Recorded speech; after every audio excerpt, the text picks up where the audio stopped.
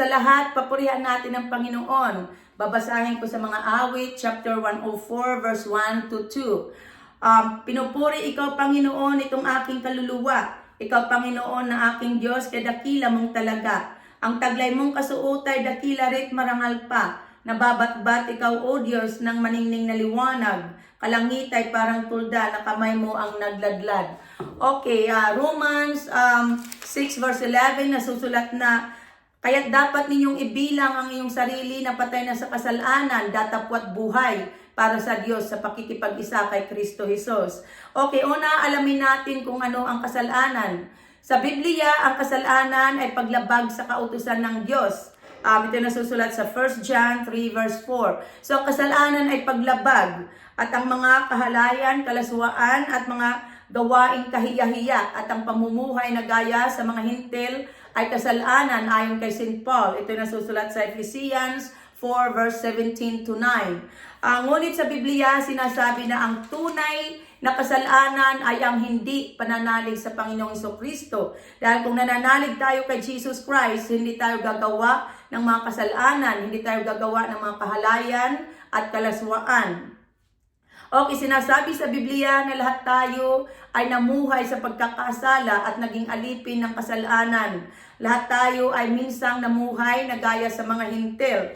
Ngunit lahat tayo ay binibigyan ng Diyos ng pagkakataon na magsisi, tumalikod sa kasalanan at manalig sa Panginoong Jesucristo. Lahat tayo ay binibigyan ng Diyos ng pagkakataon na magbagong buhay sapagkat hindi ibig ng Diyos ng tao ay mamatay sa kanyang kasalanan. Mas ibig ng Diyos ng tao ay magsisi at magbagong buhay. Mas ibig ng Diyos ng tao ay maligtas ayon sa kasulatan.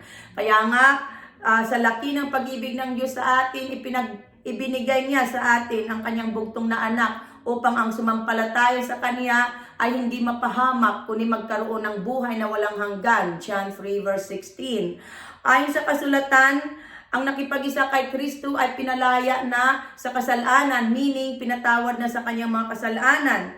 Ayon sa kasulatan, tayo mga nabautismuhan kay Kristo ay nabautismuhan sa kanyang kamatayan. Sinabi ni St. Paul na sa makatwid, tayo'y namatay na at nalibing na kasama ni Kristo sa pamamagitan ng bautismo upang kung paanong binuhay na muli si Kristo sa pamamagitan ng kapangyarihan ng Ama, tayo na may mabuhay sa isang bagong pamumuhay. Sinabi ni St. Paul na ang ating dating makasalanang pagkatao ay ipinakong kasama ni Kristo sa cross upang mamatay ang makasalanang katawan at nang di na tayo maalipin pa ng kasalanan.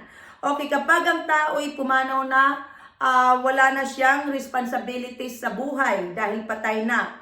Ang ibig din sabihin ng patay ay hindi na gumagawa, hindi na gumagana. Tulad naman kapag ang katawan natin ay patay na sa kasalanan, wala na tayong responsibilities sa kasalanan, kaya't hindi na tayo dapat gumawa pa ng kasalanan. Kaya nga sinasabi sa kasulatan na nang ipako si Kristo sa cross, ipinakong kasama ang ating dating pagkatao, ang makasalanang pagkatao, upang mamatay ang katawang makasalanan at nang hindi na tayo maalipin pa ng kasalanan. So makalalaya lamang tayo sa pagkaalipin sa kasalanan kung mamamatay, kapag namatay ang ating makasalanang katawan. Sinabi ni St. Paul na sapagkat ang namatay na ay pinalaya na sa kapangyarihan ng kasalanan. Kaya sinasabi sa Bible na dapat ninyong ibilang ang iyong sarili na patay na sa kasalanan, ngunit buhay ang ating espiritu para sa Diyos sa pakikipag-isa kay Kristo. Sinabi ni St. Paul dito sa Romans chapter 6 na si Kristo na muling binuhay ay hindi na mamamatay. Wala nang kapangyarihan sa kaniya ang kamatayan. Nang siya'y mamatay, namatay siyang minsanan para sa kasalanan at ang buhay niya ngayon ay para na sa Diyos. Kaya ganun din naman sa atin kapag nagbagong buhay na tayo kay Kristo, ang buhay natin ay para na sa paglilingkod sa Diyos. Kapag nagsisi na tayo, tumalugtod sa kasalanan at nanalig sa Panginoong Hesus, ang pangako ay patatawarin tayo sa ating makasalanan at ipagkakaloob sa atin ng Espiritu Santo. Ang Espiritu Santo ang gift sa atin ng Diyos. Sinasabi sa Galatians 5 verse 24 to 25 na pinatay na ng mga nakipag-isa kay Kristo Jesus ang kanilang likas na pagkatao, ang makasalanang pagkatao at ang masasamang pita nito. Ang Espiritu Santo ang nagbibigay buhay sa atin, kaya ito rin ang dapat na maghari sa ating buhay. Sinasabi sa Biblia na ang Espiritu rin ang nagbibigay sa atin ng karapatang maging anak ng Diyos. Ang Espiritu ang nagbibigay sa atin ng karapatang tawagin ang Diyos na Ama.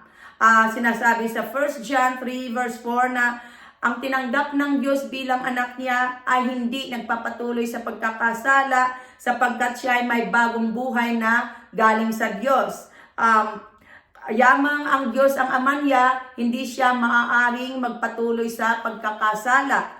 Sa Acts 17 verse 30 to 31, sinasabi na mahabang panahong di pinansin ng Diyos ang di pagkilala sa Kanya ng tao. Ngunit ngayon, ang panahon ay ngayon, iniuutos ng Diyos na magsisisilat talikdan ang masasamang pamumuhay sapagkat itinakda na ng Diyos ang araw ng paghuhukom at ito'y buong katarungan niyang gagawin sa pamamagitan ng kanyang hinirang si Jesus Christ. Pinatunayan niya ito sa lahat ng buhayin niya ang taong iyon, si Jesus Christ.